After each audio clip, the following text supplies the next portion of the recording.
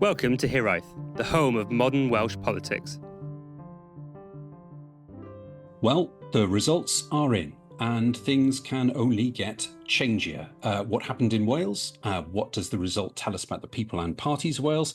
And what are the big stories beneath the headlines? To discuss, we are joined by Matthew Hexter of the pod here and member of the BBC Wales election commentary team for the first time. Hi, Matt.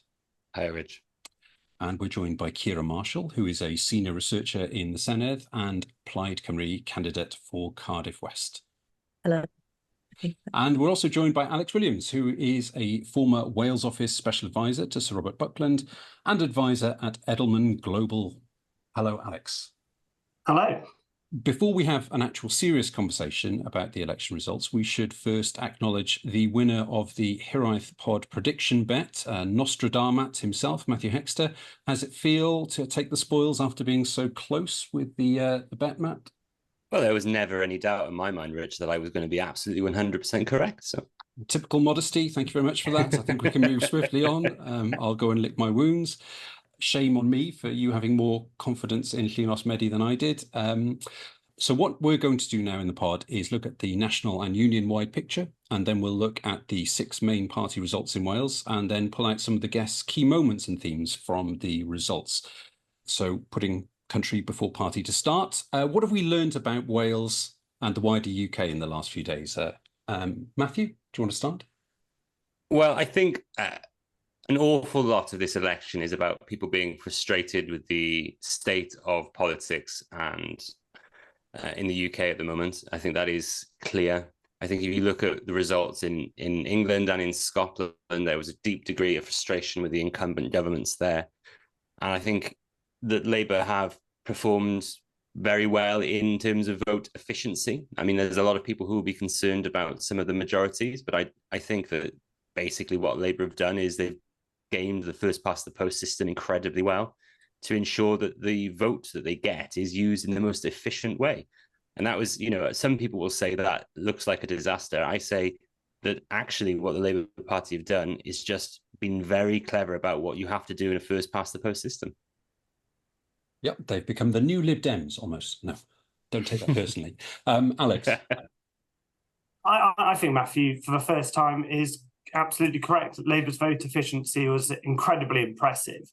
But I think the main takeaway of it is just how drastically the Tory vote has collapsed in this election, right across the country. You look at Wales in particular, and on average, a 20% drop in our vote share. That is seismic. And that has allowed Labour, where there wasn't really any enthusiasm for Labour on the doorsteps that I knocked on. Maybe that's because I was knocking on them. But it was our vote share collapsing that allowed Labour's vote share to be so efficient in winning the amount of seats that they've done. Ciara? I think one thing that struck me particularly was turnout as well. I think people are really frustrated at politics generally. And I think in my constituency, in some areas, it was like 25% turnout, which for a general is very, very low, which concerns me. I don't know how we sort of engage people with politics again. I mean, hopefully a change of government might give people some more faith maybe, but yeah, that was one thing that struck me, and I think that's going to be an issue. And, we've got Senedd and local governments coming up in Wales, and they typically have lower turnout. So yeah, how we get people interested and engaging again is something that struck me from this election particularly. I mean, just to follow up on that, Rich, I think that's a huge point. It really does deserve some time. I think it is incumbent now on the new government to make sure that they do try and rebuild some of that trust in politics. And I think Keir Starmer has already, made a very good start on that. It is a mission of his to return politics to public service, and I'm really keen to see that happen. But it is a big challenge, and I don't think one that he's going to shy away from. People need to have their faith restored in politics, and not only in politics itself, but in the state and the role of the state to improving people's lives, to not be overly burdensome on them, but to make sure that when government acts, it is to improve people's lives and not to make it worse. On that turnout figure as well, I think that's also a byproduct of the selective campaigning. I live in Pontypridd, and not so long ago, I walked in the middle of the election campaign. I walked from Pontypridd to Church Village, a few miles, and literally the only campaign boards that I saw were for William Rees, because he was out campaigning, and the Labour Party in Botany didn't need to campaign actively. And if we had active campaigns in safe constituencies, the turnout figure would probably be higher. Not to reveal too much about my age, but 1997 was the first UK general election that I was actively engaged in.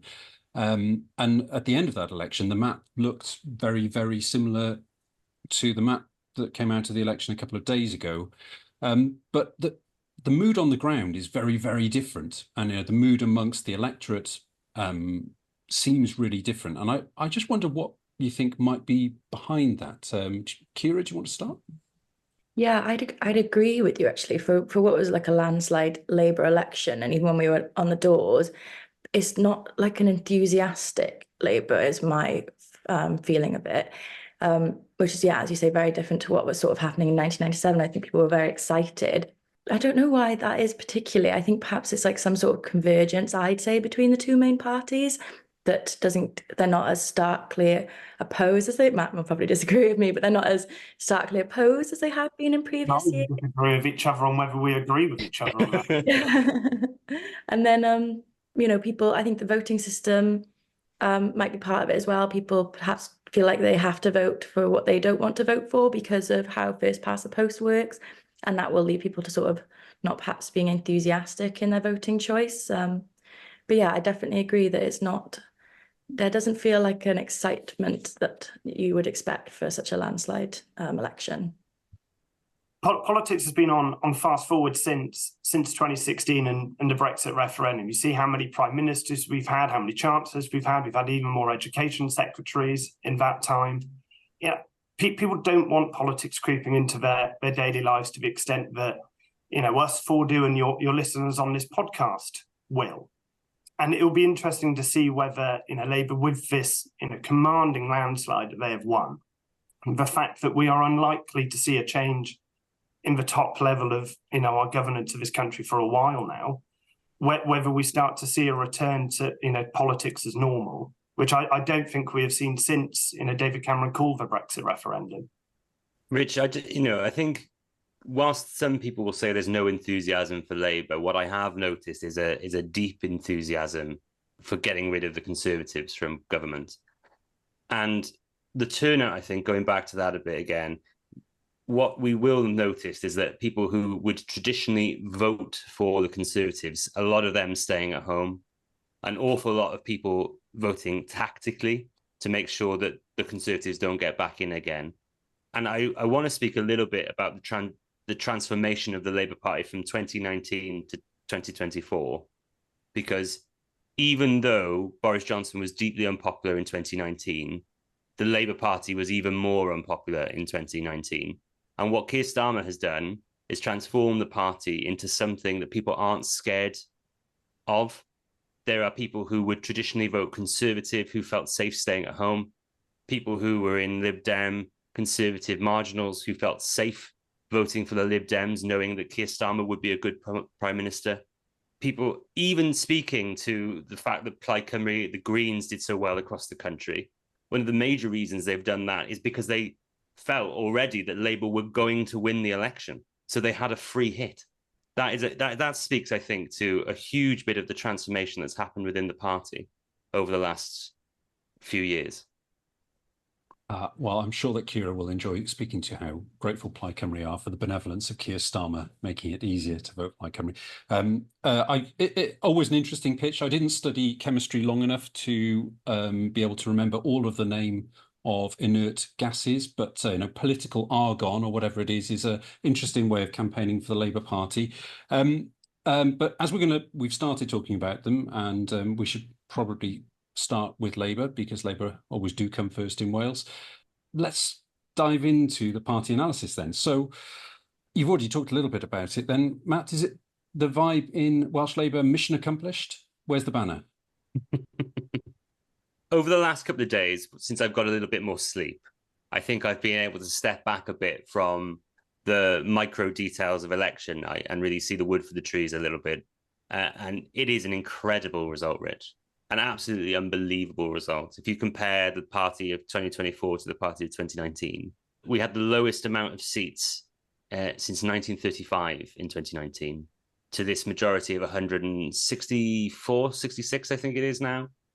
Absolutely unbelievable result. We required the biggest swing in political history to get a majority of one, and to wake up after some naps yesterday in my very sleep-deprived state and to see us with that big majority, it felt incredible. This is a real opportunity now to change the country for the better. And I think we've already seen Keir Starmer make some really important moves in that direction, some incredible appointments into the House of Lords, a fantastic new Attorney General. It's really setting the tone for a proper progressive Labour Party that can bring some hope to the country. Speaking about the Welsh results as well, some absolutely incredible victories. I mean, a lot of people at the beginning of the campaign were expecting Labour to win all the seats in South Wales and to win a lot of the seats across North Wales as well. But winning Montgomeryshire is absolutely incredible, even considering what's been going on with Craig Williams. It is an amazing result, because that is an area that has never voted for Labour before. That is an area that has voted Lib Dem in the past, but it's definitely never voted Labour. For us to be in the position, again, where people feel comfortable knowing that the Labour Party will be a steady, safe pair of hands at the top of government, means that we can start winning seats like Montgomeryshire. It's an unbelievable set of election results, Rich. Absolutely unbelievable. Excellent.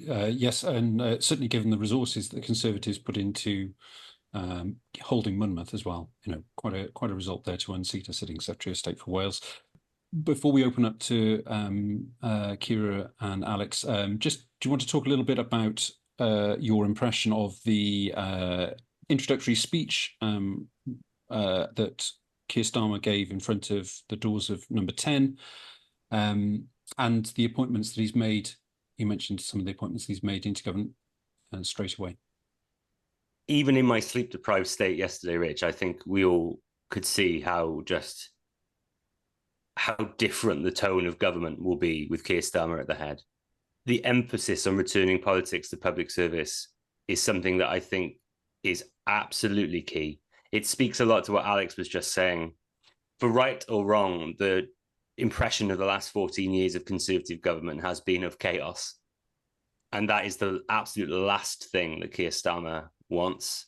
He wants to end the scandal and sleaze of the last few years and put a real emphasis on public service. Like Alex says, getting the government out of the day-to-day of your life. And that's key, because nerds like us will pay attention all the time, but the average person doesn't want that. And it's a bit of like the Biden strategy in the first term of Biden. You don't want to be worried about what the government is doing every single day.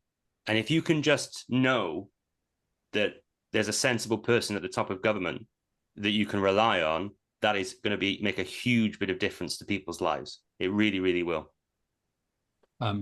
Alex, would you like to comment on the Labour Party's success? I wouldn't say it's my favourite thing to do. I'll let Matt have his moment of glory after many Tory successes over the last handful of years of Matt following politics. I think he deserves to be able to enjoy where Labour's victory naturally, with me keeping quiet and giving him that space. Ciara, obviously from a Wales point of view, we're used to the Labour Party winning again and again and again. What would be your perspective on the result for Labour in Wales? Yeah, I think obviously at that UK level, it's a brilliant result for Labour. But I think if we actually look on that Wales basis, and Matt already mentioned this earlier, they did lose, was it about 4% of the vote here, the vote share here in Wales. And I think that is reflective of perhaps Welsh Government and Keir Starmer's sort of campaign. But yeah, it's an interesting change here in Wales to sort of have lesser Labour support, perhaps. I know they've won seats that were important and historic, but yeah, what are people feeling generally perhaps isn't what people are feeling across the rest of the UK. We've had Labour here for a very long time. And I think it will be an interesting election in 2026 for Labour. I don't think we're going to see such of the landslide that we've seen this election. I think, it would be a reflection on what Keir Starmer did the next year or so also as well. in a Welsh context, obviously, it's different for a Labour UK victory because Labour are already in government in Wales. And one of the things they've talked about is kind of resetting this relationship between Westminster and Wales. And given that the campaign in Wales, both in terms of, in the figure of the First Minister and in terms of the Shadow Secretary of State, Joe Stevens, had a bit of a bumpy campaign when some of that friction between Wales and the UK came to light. What are you expecting from the party in London to change about the relationship with the party in Wales? So I do think that this does represent a reset of the relationship between UK and Welsh government. I think with notable examples, Alex will obviously speak to the good relationship that Robert had with the Welsh government. It has been a very difficult period of time between the UK and Welsh governments. I think that because of the fact that they will be of the same political party, that will inevitably help. I think there will be a more respectful relationship between both governments. They'll work better together. I think, don't get me wrong, there will be ever so slight disagreements on policy, but they'll work it out in a much more collegiate way than there has been between UK government and Welsh government when they've been represented by different parties. I think this again speaks to the kind of desire not to have government constantly being in your life. You'll be able to have these disagreements behind closed doors rather than UK government and Welsh government sending angry letters to each other every couple of weeks because they disagree on something. I want to pick up something Kira said on the differing level of results in Wales compared to the rest of the UK. So this was a change election, and it was always going to be much more difficult for the Labour Party to bring a message of change in Wales, where it has been in government for a quarter of a century, than in England and in Scotland, where they haven't been in government. Now, I will admit that when you were speaking to people on the door during this campaign, devolved issues came up an awful lot. But what this change of government at a UK level provides is the opportunity for investment in public services that will make Welsh public services run better.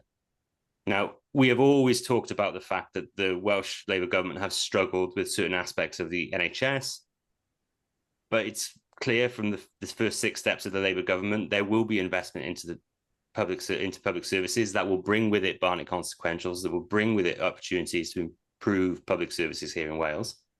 It feels weird for us so soon, after the conclusion of a general election, to be already looking forward to the next series of elections, be that the sound of elections in 26 or to the next general election when that will be. But as we look at the results across Wales and across the country, of how Labour's victories are mile wide, but how paper thin some of those victories are.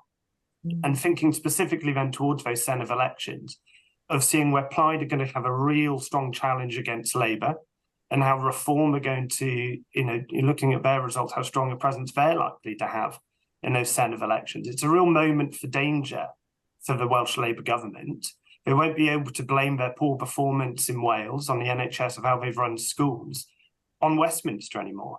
And it'll be interesting to see how their polling record stands up to, not always being able to blame the boogeyman down the M4. I think that's an interesting point, Al, and I think that that's why it is so important that Labour do start to make actions quickly in improving the state of public finances and the public services of this country. Like you said, Welsh Labour have been able to blame the Westminster government for an awful long time, and they won't be able to blame the state of public finances for very much longer. But I do think that we will see an improvement, and I'm pretty convinced that the relationship being better between UK and Welsh government will make a big difference.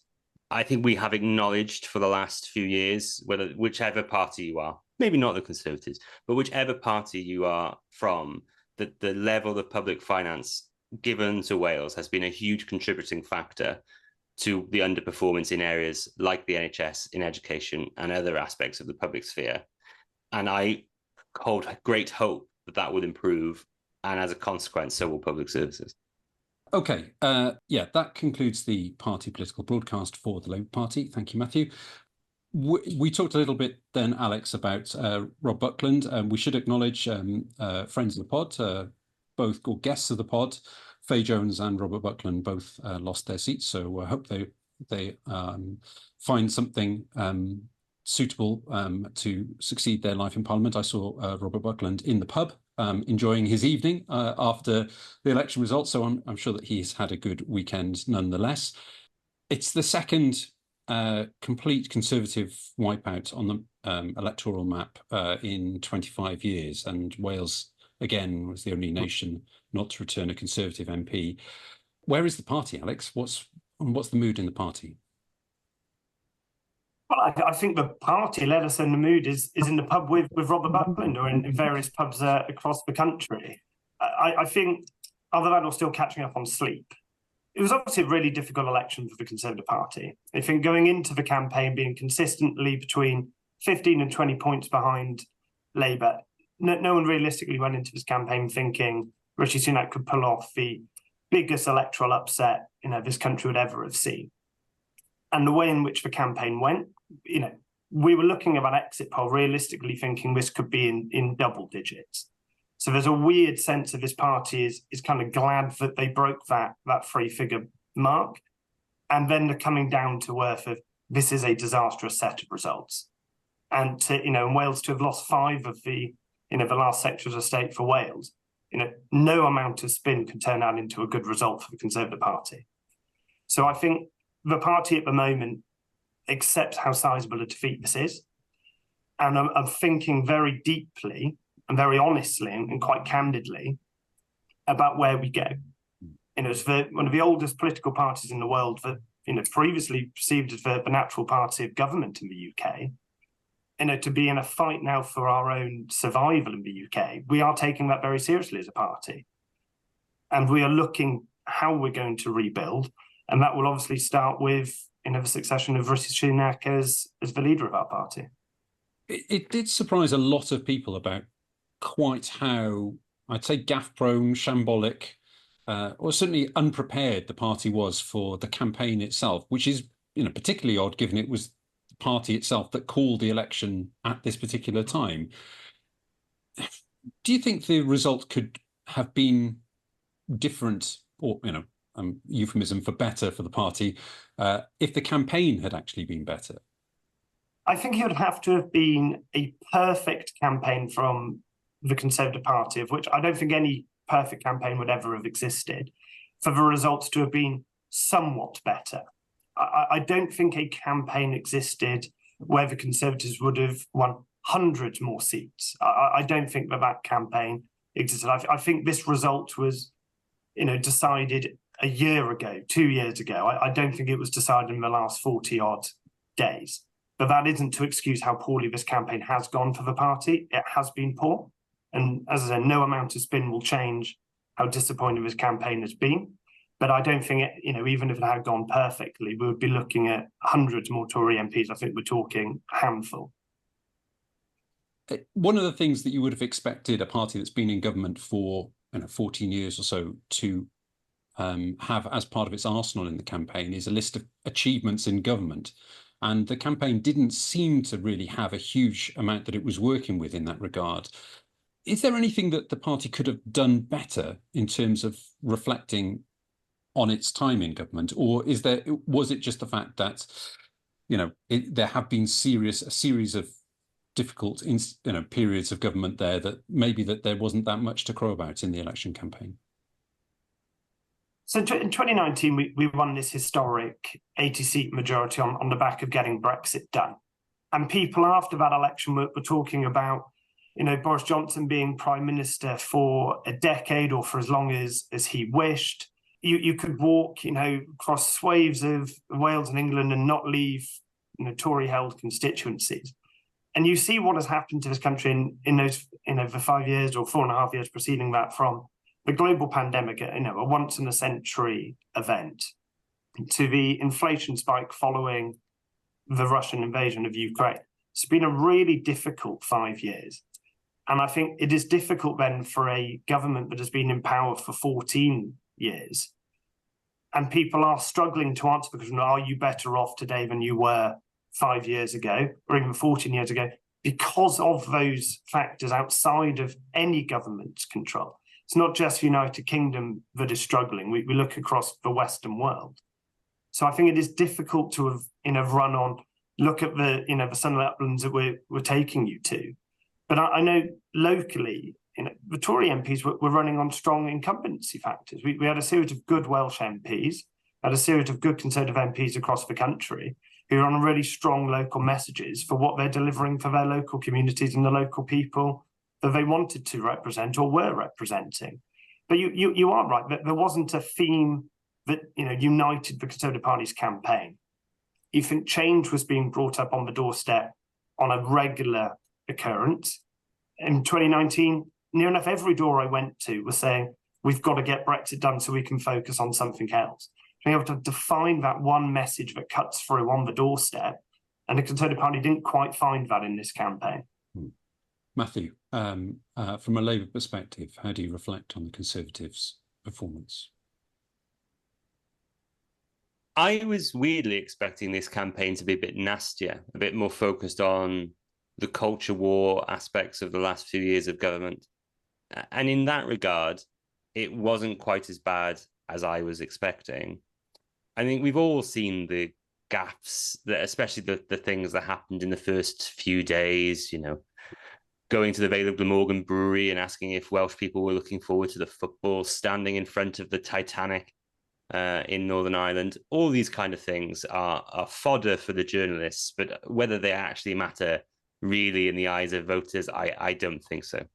I think the biggest issues were that where the Conservatives did have a good record on things like bringing in innovation technologies to the UK, some of the good work they have done in the renewable space, they didn't mention it at all throughout the entire election.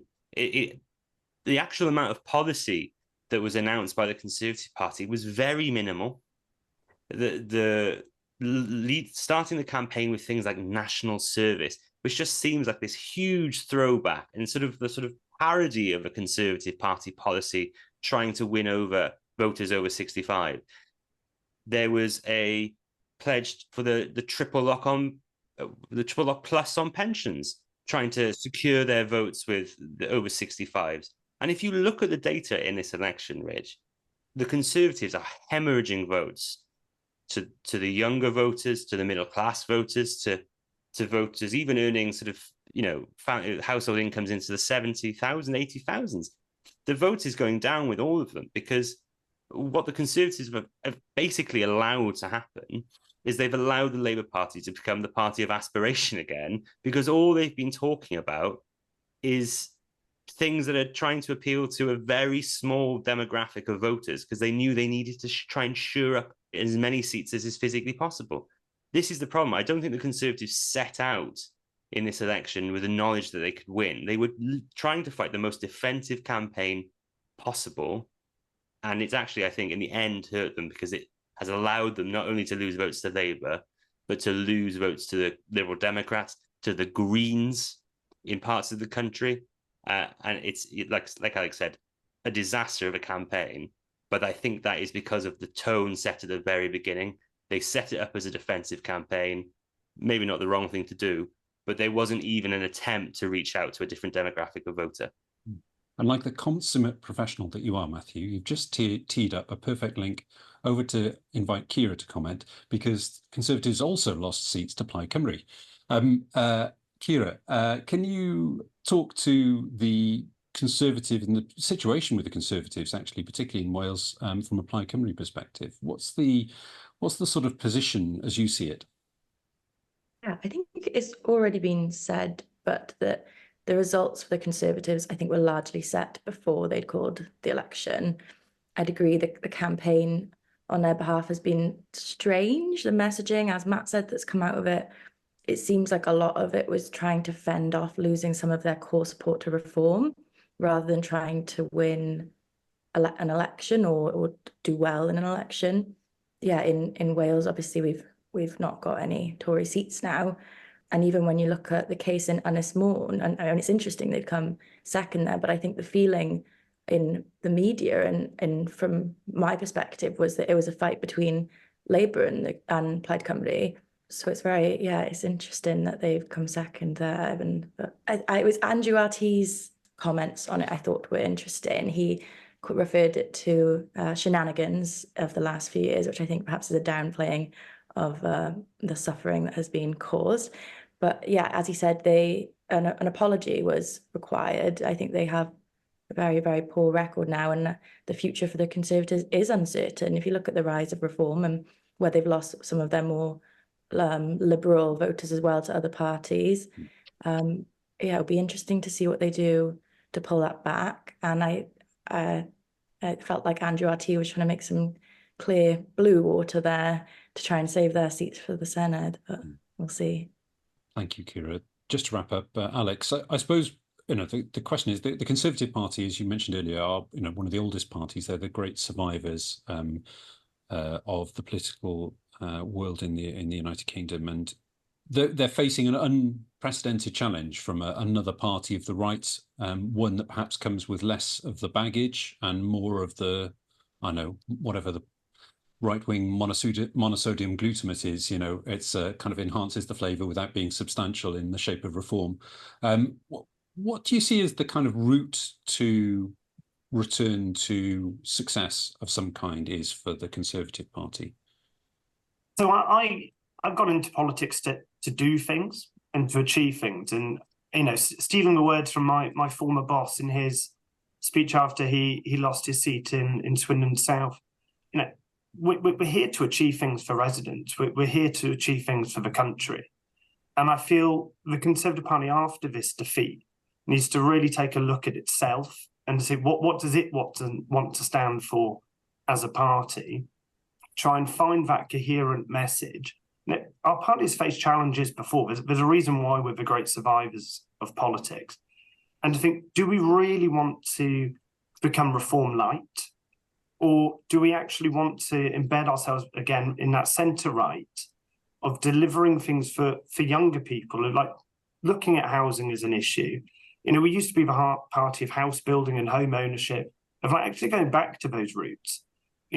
Start building infrastructure again, trying to find these core policies that we believe in, rather than always trying to chase our tail on the right wing of our party, which just gets us running around in circles and raising the prominence of parties like Reform, who I think themselves have a big challenge. This has been the party of Nigel Farage and Nigel Farage only. He's probably won more MPs than he wanted to. He probably wanted to be the sole Reform MP, so he could be the only spokesperson. He's now going to have a challenge for his own party unity. We saw, that sort of political party in a different formation in the Senedd. Party unity wasn't something that they adopted there. So, I resent anyone who says it's a foregone conclusion, what is going to happen on the centre right or the right wing of British politics. The Conservative Party, the great survives for a reason. And I feel the sense of how deeply we have taken this defeat and how seriously we see the challenge of returning to being a party of government, that we're looking in the right direction. Yes, absolutely, and that, I think we were all thinking as you were talking then of that wonderful time when UKIP took 7 seats in the Senedd, and then I think went through about 5 or 6 iterations itself before it kind of split up and ended up being 3 different parties of the right. Ciara, thank you for your patience. Plaid Cymru, the Green Wall held and even added a few more bricks. How does Plaid Cymru reflect on the election campaign? Yeah, this was a very good election for Plaid. I'm very proud, and I think the whole of Plaid Cymru is very proud. We held on to Ben and Liz, who've been great MPs, and I'm glad we're returning them, and we've gained Llynos and Anne as well. It was a great moment when I was in the count and those results came in. But I think it's exciting. Generally, we've increased our vote share. That bodes well for the Senedd when we have more proportional representation. And I think there was really, we came with a very strong result in Bangor Aberconwy as well. And in my seat of Cardiff West, I was very happy with the result. We had a huge increase in vote share there, which is not classic territory for Plaid either. So this was a strong election. I think our best general election in history. And that's to achieve that during what was a Labour landslide election is momentous. So yeah, very happy. And it was, as the candidate for Cardiff West, it was your first time as a candidate, wasn't it? And what was your experience then, kind of going out campaigning for Plaid Cymru, as you say, in an area where, success has not been easily forthcoming for Plaid Cymru in the past? Yeah, I think, in Cardiff West, which has previously been safe, people have been upset that I've used that word, but it's a very comfortable Labour seat. It's the First Minister's Senate seat. It's got a Labour-run council. It's a Labour-run Welsh government. So the going there and being able to actually say, you've got a real opportunity to hold Labour to account here. Is it working? Are you happy with what has been done for you? We've got some of the poorest areas in Cardiff West, in Ely and Riverside and so on. And have they actually seen tangible benefits from Labour? So it was a positive experience for us, because not everyone wanted to just give in to this sort of Labour landslide that was happening, and people were really receptive to hearing what we had to say, and that there was an alternative, and that Labour should be held to account for their record here in Wales, and everyone was very welcoming. It was it was a great campaign, actually. I've really enjoyed. Congratulations. So you mentioned the two seats that Plaid picked up, both of which were nominally held Conservative seats. Carfordyn, obviously Carmarthenshire, the historic seat for Plaid Cymru, where it first gained an MP in the ship of Gwynfor Evans back in the day, and Ynys-Môn, a seat that's not been held by Plaid Cymru for nearly 20 years. Was that the height of the ambition? Because UK-wide parties like Labour and the Conservatives might look at a total seats of 4 as not being a particularly successful night, but for Plaid Cymru, it's being celebrated. Is that the kind of the reach of the ambition? Because the whole of the Fro Gymraeg, the Welsh-speaking heartlands of the West and the Northwest, have now been linked up on the map as Plaid Cymru seats, but it does look incredibly hard to see a gain for Plaid Cymru in a first past the post constituency elsewhere. So, you said it's a success. Is that the kind of reach of Plaid Cymru? Do you think that there's a way to get past 4 in the future? Yeah, I believe so. I think, especially now where we're going to have a UK government and a Welsh government run by Labour, it's my understanding we're actually looking at budget cuts for the Welsh government under the Labour manifesto. So are we going to see real change? And I think that is what will help us break through in perhaps outside of the green wall. I don't think this is success in terms of those were our target seats. We got them. We were very happy with it. But it was also success in the increase in vote share, and we came second place in Blaenau Gwent as well, which again is not a typical Plaid area. So I think that the support for Plaid is growing generally, and it will happen over time. But I don't believe we will be limited to 4 MPs forever.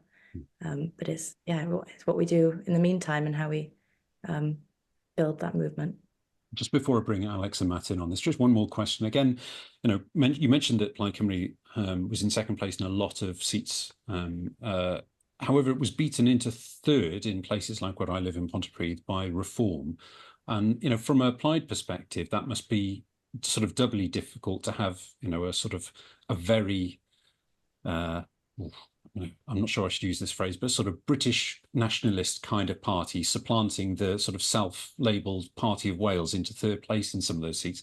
That must be a bitter pill to take. And what is the kind of Plaid response to the fact that Reform is pushing Labour in places like Llanelli in a way that Plaid Cymru, is unable to do so, or hasn't been able to do so? The rise of Reform is worrying to me. I think we need to go out and speak to voters. I think these are people who have often been perhaps disenfranchised with politics and have been left behind with the 14 years of Conservative government. They felt the impact of austerity, and it's about involving people and talking to them to counter it. It is disappointing to see the rise of Reform to second in so many Welsh seats, but I don't think it's necessarily surprising.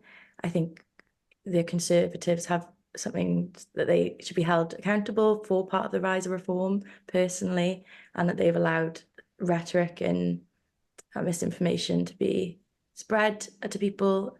But yeah, it is disappointing, and there's work to be done to earn people's trust back in politics and to show them a progressive voice. But the people of Wales have shown that there is appetite for reform here, and that's undeniable. And is how we go about trying to change that, I think, and being positive about it, and engaging people and not being divisive. Alex and then Matt, if you wouldn't mind, what do you think of the Plaid Cymru performance? I don't think you can look beyond. They had 4 target seats. They won 4 seats. They got their largest vote share. There is no other way of describing it than a successful election for Plaid. I do question whether they will be able to break out in a Westminster election from those 4 seats. But looking ahead to 26, the sky's the limit for Plaid. You think the difficulty Welsh Labour have found himself in with Vaughan Geffin leading into this general election, and Matt saying about how devolved issues are increasingly coming up on the doorstep, there's fertile ground for Plaid. And it will be interesting to see how, with a Labour government in Westminster leading into these Senedd elections, of how many dents Plaid are able to make into that Labour Leviathan here in Wales. I think you've been queued up nicely there, Matthew. I have, yeah. No, speaking first about the Plaid Cymru campaign in general, Rich, I think pretty much everyone I have spoken to during the course of the last 6 weeks has commented on just what a fantastic campaign Rhun ap Iorwerth had. An undeniably fantastic communicator who had an increase in his profile due to the national debates, a series of incredibly viral and quite amusing, if they weren't so sad, moments with English news presenters who don't really know what the devolution settlement is, let alone what's in it. And that has done no end of good to Plaid Cymru's campaign, both for now and in the future, to have such a high-profile leader. He's had a remarkable campaign, and I think probably, as we've discussed in our predictions pod last week, truly one of the winners of this entire general election campaign throughout the entire UK has been Rhun ap Iorwerth. And that has, I think, had a massive impact on how they've done in places like Caerfyrddin and Ynys Môn. It had a big boost to their vote share there, I think.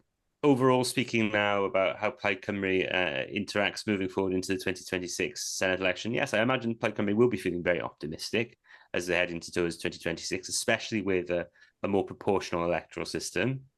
But this, I think, goes back to the point I was making previously, how it is so incumbent upon the UK Labour governments to make the whole of the UK work a bit better now. How we need good intergovernmental relations between UK and Welsh Labour in terms of governments as well, to make devolution work better, because that is what Welsh Labour need now in order to be able to be in a position to defend their record. In order to win in 2026, we need to be in a position where devolution is fully supported by the UK government, better funded by the UK government.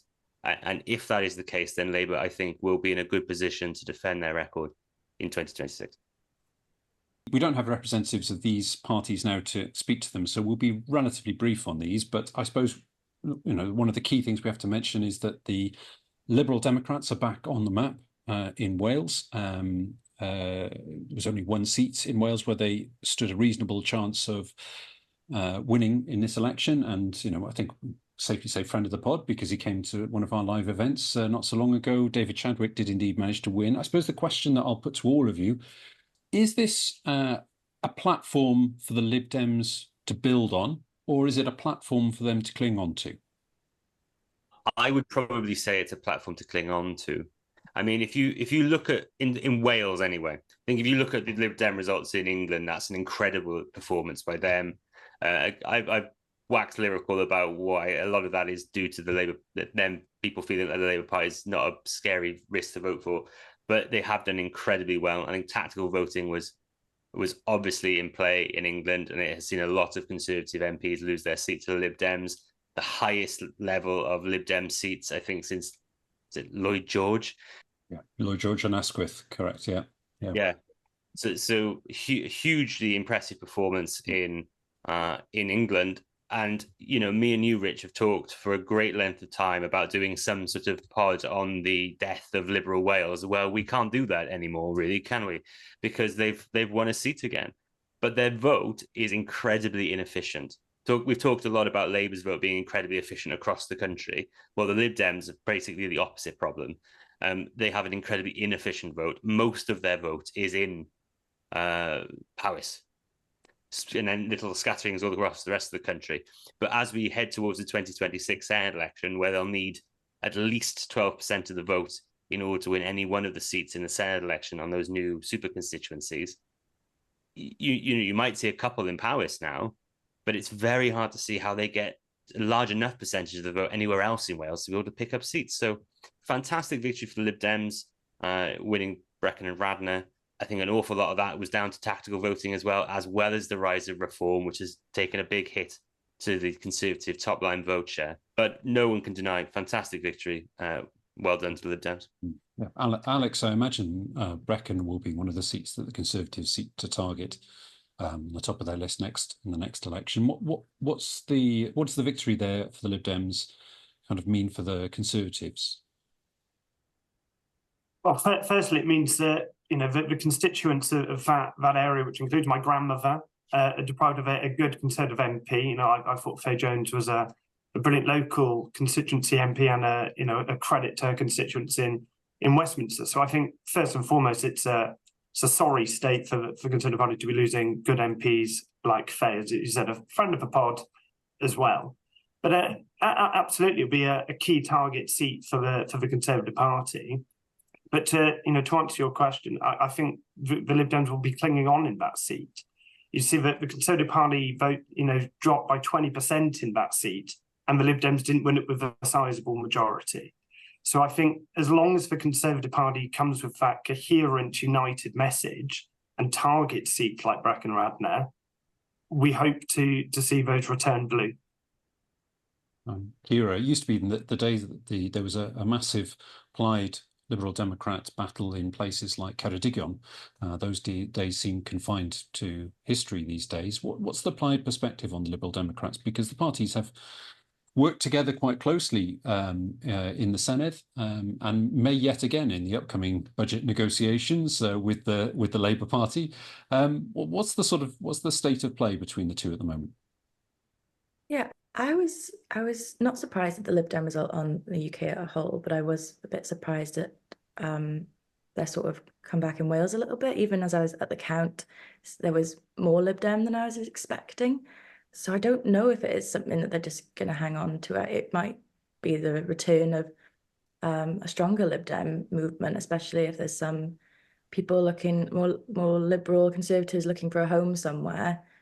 There's perhaps a home for them in the Lib Dems. I don't know, but yeah, I think there's a chance that we will see more Lib Dem representation in the Senedd, and that we will perhaps be working closer with them. I don't know. We'll see what it holds, but yeah, I think Plaid and Lib Dems have worked together before.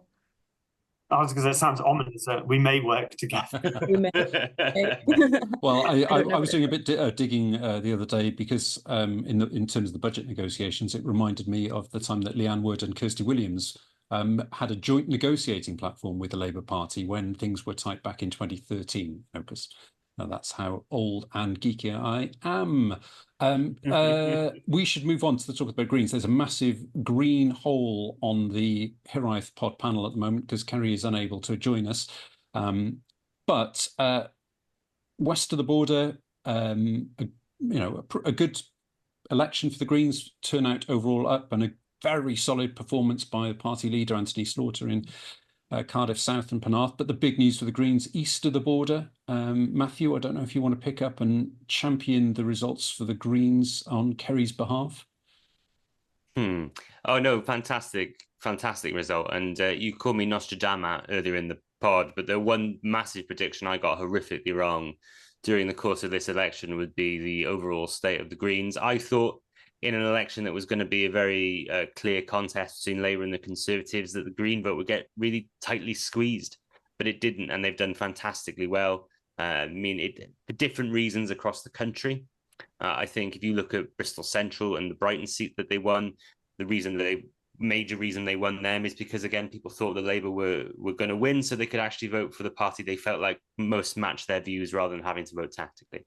If you look at the two seats they won off the Conservatives, that I think is a little bit worrying for the Conservative Party overall, because whereas previously people would vote for the Liberal Democrats to teach the Conservatives a lesson, they're now seemingly voting for the Green because they're seen as a really effective protest vote against the Conservative Party. And that actually, if that was to be replicated across the country, that would be very concerning for the Conservative Party, I think, moving forward. So again, no qualms on my part to say the Greens had a very good election, I think buttressed by the additional attention they were given throughout the campaign. Caledenia being on a number of debate platforms has probably helped their campaign. But yeah, very interesting future for them. And again, the real test will now be, though, their ability to reform in Parliament. That will obviously give them an additional profile. But we'll wait and see. Again, thinking about towards 2026, I still think that's probably a bridge too far for the Welsh Greens. But certainly within England, you might see additional growth in the next couple of elections for them. Moving swiftly on, just to wrap up the parties now, I think obviously we have to talk about reform. One of the biggest stories of the night was the party coming within 1,500 votes or so of defeating the Labour MP Neil Griffith in Llanelli, and across the valleys in particular. Reform did incredibly well, coming in second place, around 20% in a lot of seats. We've also talked about 2026 being very much on parties' minds. Readers of our newsletter might recall that we led with a story last month from James Hill and Spectator that Reform were actively targeting the Senedd in 26. Nigel Farage launched the party's contract with the people in the Gurnos estate in Merthyr Tydfil. Maybe start with you, Alex, if you don't mind. What's the Conservative approach to Reform and the kind of appraisal of their performance? They didn't match what the exit poll predicted that Reform were going to achieve, across the United Kingdom. But I don't think anyone would disagree with it. Reform, performed well. They exceeded many expectations. Some were suggesting that Nigel Farage was going to be the only Reform MP and was going to win that solely on just being Nigel Farage. But I think Reform are a big challenge for all political parties, and particularly the Conservatives, but equally Labour as well. And as we look to the Senedd election in 26, we know that Reform are going to to really fight hard in these elections. The next set of big elections coming up for the country, with both Wales and with Scotland. And Reform have looked at the data. There's a reason why they launched their contract for the country in Merthyr. They know that they can do well here. They came, I think, second is at 13 seats, particularly there in the valleys. That's a big warning sign to the Conservatives. It was us trying to really push in some of these seats in 2019. But it's a big warning shot across the bow of Labour as well, that they can't neglect that wing of their vote as well. We're just talking about the Greens and the Lib Dems and some of the more left-wing parties. Labour have got challenges on both sides. And it will be interesting, as we were referring earlier, of whether Reform can stay united as a party and whether they can really present themselves as a true opposition party as opposed to just a party of protest. And if they are able to stay united and give that coherent message of how many seats they are able to get in the Senedd after the next set of elections. With PR as well in the Senedd, it's likely that we will be seeing Reform. There's obviously a voice in Wales for Reform. But I think that is coming from a place of a desire for change, and it is people who are upset perhaps at Labour or the Conservatives who are leaning there. And for Plaid Cymru, we are also a party calling for change, but a sort of progressive and inclusive change. And if we can redirect the sort of conversation in a more positive manner than towards Plaid Cymru, and hopefully we can counter some of that surge of reform that has happened here in Wales. But it will require, I think, Labour and Conservative to also look at their tactics and how they interact with Reform voters to actually counter the sort of rise of far-right politics here in Wales, like ahead of the Senedd election.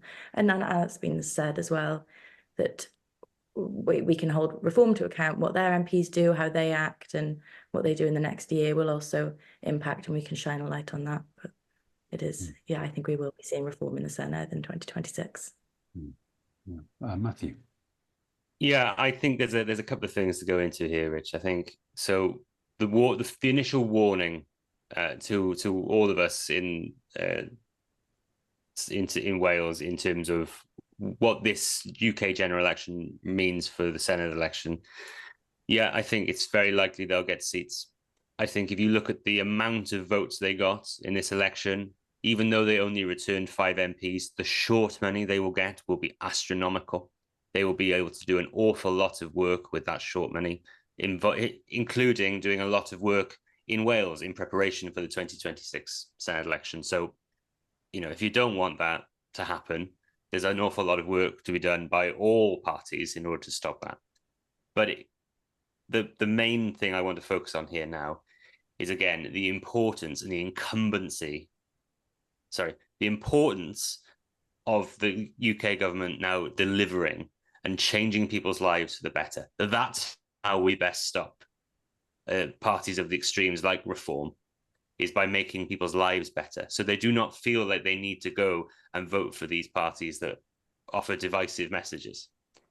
We also need to make sure that we treat these parties with the respect they deserve. We need to hold them to account.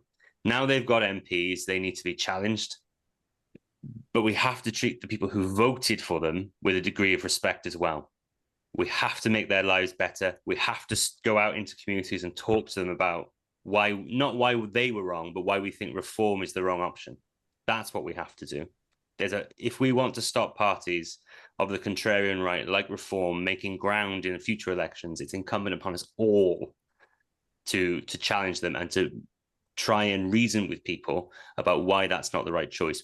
But in order to do so, government needs to change people's lives for the better. That's the big challenge of the next 5 years. It really is. We have to make people's lives better. That's how you stop parties like Reform. We should head towards close. And I thought one of the things that would be quite nice to do would be to bring to the surface what we thought were the really interesting, moments and or comments and or laughs, because there were some laughs along the way of the election campaign. Anyone want to volunteer something? Alex, you? I'm trying to think laughed at any stage during the election campaign or smiled. So I feel like I may need to let the others answer before if I can remember. Like campaigns are tough even when you're winning. The amount of hard work that goes into them, the amount of steps, the amount of sleepless nights. Irrespective of results, I helped campaign for a series of really good candidates, and I thoroughly enjoyed the campaign. But I'm trying to think of any time where I've laughed. I appreciate it. It was probably easier to laugh if you weren't a Conservative campaigner in the course of this election campaign. I suspect that may be. Then again, if you don't laugh, you'll end up crying. So, well, there may have been a bit of that as well, I suspect. Kira, can I invite you to comment if there are any particular high points or low points or memorable moments? I'm sure your own campaign is probably one of them.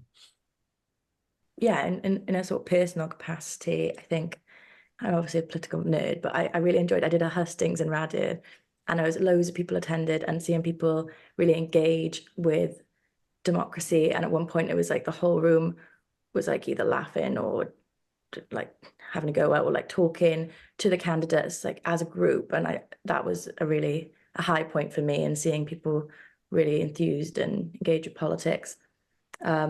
Low points, I think, were I was personally sad to see what's happened with the SNP in Scotland. It's not surprising, but it's it's not what we're seeing here in Wales, but it's not what I would have liked to have seen, perhaps. But some other high points I did enjoy seeing Liz Truss and Jacob Rees-Mogg lose their seats on the night. And I found it really emotional when we got our 4 target seats as well. That was a really nice moment in the count. As well as actually seeing, so we'd run a campaign in Pontyclun and seeing some of the votes come in from that, and that did have an impact. And I campaigned a lot on the issues in Gaza, and we went out to mosques across the constituency, and we engaged a lot with the Muslim community, and seeing that impact of that come through in the count in Riverside, for example, that was quite emotional as well. So yeah, an emotional campaign, but it was good. Great, thank you. Alex, I'll come back to you. A tough campaign for the Conservatives in both Wales and across the country. And it was an emotional one as well, particularly watching the results come in from candidates that I've personally worked with over the last good number of years, really good constituency MPs, really good ministers, really good secretaries of state. and to see them lose their seats was personally difficult in this campaign, including my former boss Robert Buckland in Swindon South. So just on a personal level, losing is difficult, but in democracy you have to have a loser, and it's who often turn out to be the Conservatives in this election.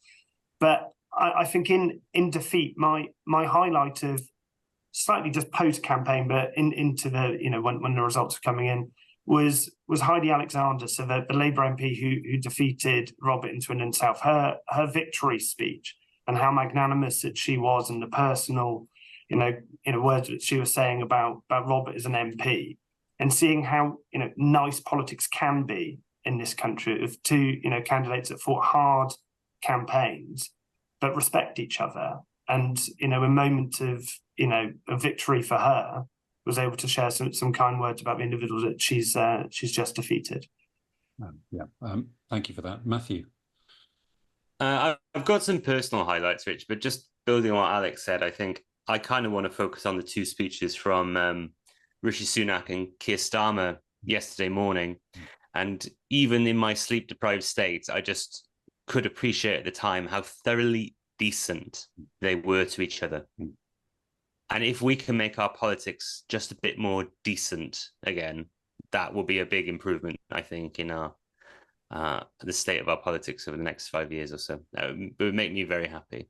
In terms of personal highlights, you mentioned it at the top of the show. I did the BBC Wales' election coverage this year, a huge personal moment for me, something that when we started doing this pod nearly 5 years ago was sort of on my big long-term wish list of doing, was to be a talking head on election coverage. And thanks to yours and Kerry's friendship and work over the last couple of years, we've managed to get me on the telly, so I'm very happy with that.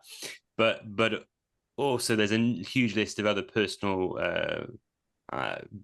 victories in this campaign for me. This primarily the election of people I've known for a very long time. So people like Becky Gittins, who I've known for a very long time, people like Adam Yogi in Newcastle under Lyme, who I worked with for a number of years, will be fantastic Labour MPs.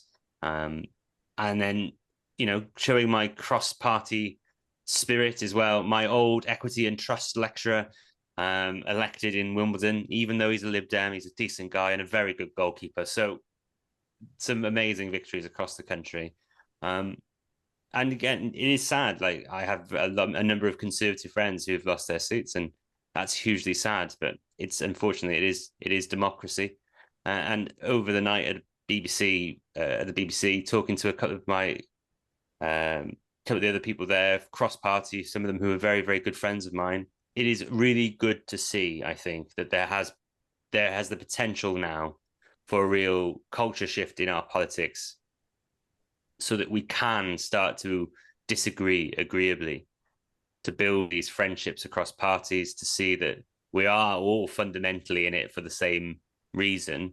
And I really hope this election is a watershed moment for that. So if that is the actual consequence of this election, I'll be very, very happy. Yeah, well, you do get a demerit for using another podcast catchphrase on this podcast. But other than that, I think I fully agree in your comments there. Again, just for abuse my position in the chair, I think I will just add a little bit to say that I think fully agree with your comments on return to normality and civility. I thought the speeches were great.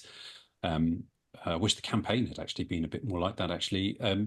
For me, the big shift in this election is the sort of move from silliness to seriousness. I'm delighted that we have seen, for now at least, the end of endless Nadine Dorries, Liz Truss, Boris Johnson comments on the screen. That's not a party political comment, that's just a reflect of their seriousness. And my tweet of the campaign was Tim Farron, who rather delightfully said, "We have recalled Agent Truss from the field. Her work is complete." That was a particular highlight for me. But personally, it will be of no surprise, as a former constituency chair, albeit a wholly inglorious one, of Plaid Cymru in Pontypridd. I have to say that my particular highlight was seeing Pontypridd picked up as a Plaid gain in one of the MRPs that went out. And much as that sadly didn't materialise on the night, that was a particular highlight for me. We have to wrap. But before we finish, we have to acknowledge the winner of the Hiraeth Pod Cup Fancy General Election team. That was Ynys Mornday from the Welsh Panic Attack management team. Congratulations to you. I'm sure that we'll find a way of getting some merch out over to you at some point.